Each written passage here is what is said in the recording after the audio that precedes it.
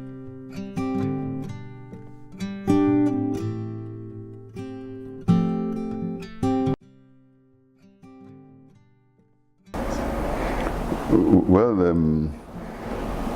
when I ran for the House of Reps, I ran because I had a desire to serve people. I've always had that desire from youth.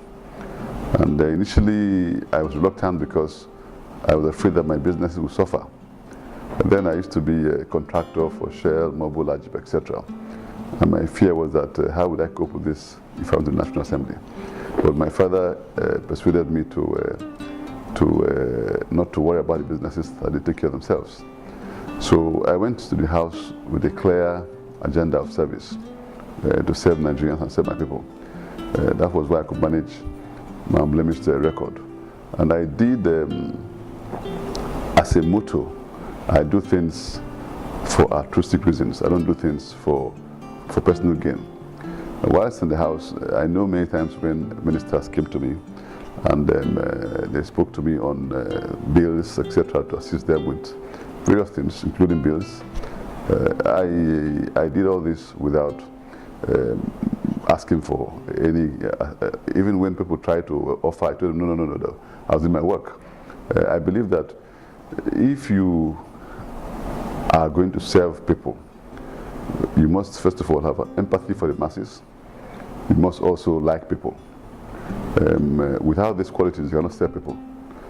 That's why those who are trying to venture into politics must be sure that they have empathy for the masses. They would like to see improvement in the living conditions to ameliorate their suffering. We are essentially a third world country, and we need our best minds in governance to change the situation of our people. So I believe, and also most importantly, you must have the grace of God and the fear of God. You must see human beings as His creation, and to see any chance you have at service as a way of also glorifying God for His creation. I believe these are part of the reasons why my record was unblemished. I thank God for it, but I believe that because of my background and my training, that also assisted in the process. I don't think everything can be monetized, can be reckoned with in terms of naira and dollars. Some things you do not for the benefits, but for service. I have always maintained that the current structure of our country and governance does not enable the release of the inherent dynamism of Nigerians. Nigerians are very dynamic, very creative.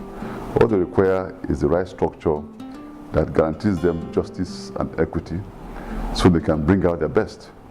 And this structure, which we've been practicing since 1966, that is a structure where everything has to go to a central point. It's over-centralized. For instance, if Lagos wants to do the road to the airport, they have to go to the federal government in Abuja to get permission for that road. Same thing with the airports, same thing with the waterways. And you ask yourself, this kind of centralism is not good for a diverse country. A man may want to run a business in Port Harcourt, and he doesn't have any plans to expand anywhere else. Why must he go to the CAC, that is the Corporate Affairs Commission in Abuja, to get registration for his business? These are things that we can decentralize. And you find that the states have become lazy. Every month they go to Abuja to collect handouts. There's no incentive to compete among themselves.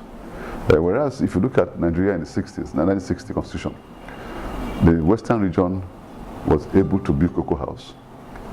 The east had palm oil. The north has ground pyramids. And Nigeria was very robust economically. We're competing with nations like Malaysia, Indonesia, and China. We're on par with them. But they've left us behind. And I believe that, for instance, the Western region had the first TV station in Africa in 1957. So the only argument you may have against restructuring would be that perhaps if you have good leaders, that there will be no need to structure. But the argument itself is also fallacious, because are you saying that from 1960 up to date, we have had good leaders? We've had Tafawa Balewa, we had Ironsi, we had Gowon, we had Murtala, we had Obasanjo, we had Babangida, we had Buhari. So are they all bad leaders? They couldn't have been. So the problem is not in the people who lead, in the structure. If the structure is faulty, if you like, put an angel to lead. He will still fail. So I think that Nigerians must ask ourselves some questions. Have we achieved as much as we had hoped to achieve since independence till now? If we haven't, we must begin to be bold enough to say, we've taken the wrong turn, let us come back and increase our steps and see whether we can begin to improve things. I think the structure that we have currently does not bring out the best in Nigerians. And the structure, many parts of the country feel marginalized. They feel that the structure doesn't work for them. They think there's lopsidedness in appointments at almost every organ of state, from the army to the police to customs, immigration, etc. That should not be the case. We should find a way to do justice to all Nigerians. We must be objective and fair to ourselves. If, for instance, a South-Southerner comes into office, and what he does is to see that his people are promoted, then a Northerner comes, and same thing. We are all back to square one. We must find Nigerians who are patriotic and nationalistic, who would balance the various tribes and religions in the country, and give all a sense of belonging. That's not hard to do. In my own small corner, as Deputy of the House of Reps, I had over 80 employees spread across every part of the country, from the south-south, northwest, north-central, northeast, southwest, etc. I have a staff or a former staff in almost every state in the country. So there's a lot of benefit in being fair to Nigerians. What brings about angst and resentment is when leaders who are parochial are elevated, and they enter into office and promote their personal agenda, ethnic agenda, or religious agenda. So Nigerians must learn to be each other's keepers. We must be our brother's keepers, so that we can, because the country as diverse as ours can only be governed where people feel that they're getting justice.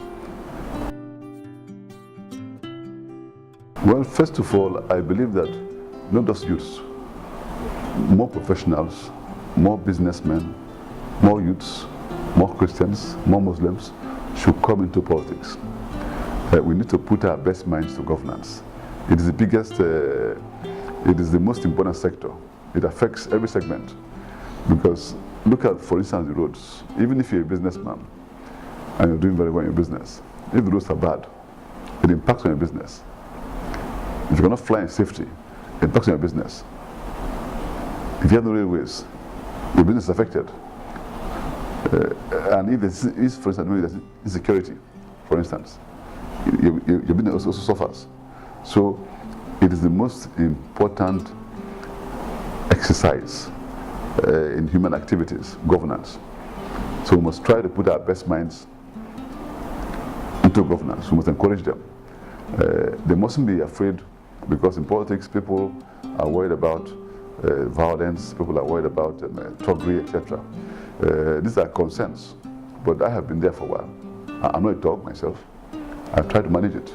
But the more people who come into politics that mean well, that would emphasize the use of drugs, they have a critical mass of good people to influence the system. But if they stay out, then those things will continue. And they, in their corners, will also suffer the effects of bad governance. So I encourage more youths to venture into governance. But they should venture into governance making sure they have a means of livelihood. Because politics by itself is not a profession. It can only be a part-time vocation. You must have a second address. I'm a lawyer and a businessman, and I have an NGO that works with youth. And at times, my doing good has put me in trouble or in harm's way. But for me, it doesn't matter. It's just a sacrifice I must make. There are times when I have assisted the youths through the NGO that has given me some difficulties. People try to capitalize on that to make it appear as if it's criminal, when in fact it's a civil contract. But you mustn't keep doing good, because you find that for every adversity you suffer, God will protect you and reward you as you go along the lines. So I think more youth should get involved in politics, and they should not be afraid of negatives. The more people who come in, who mean well, those negatives will be reduced and managed. But if they stay out, then the wrong people will be in politics, and those negatives will increase. Okay,